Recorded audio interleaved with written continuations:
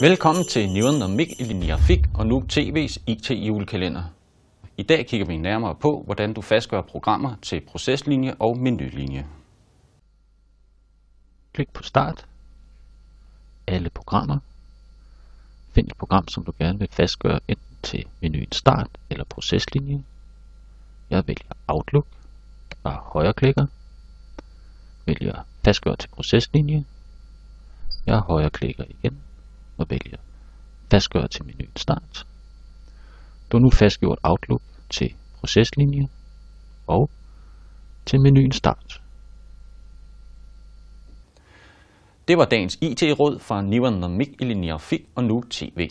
I morgen kigger vi nærmere på, hvordan du opretter en ny bruger.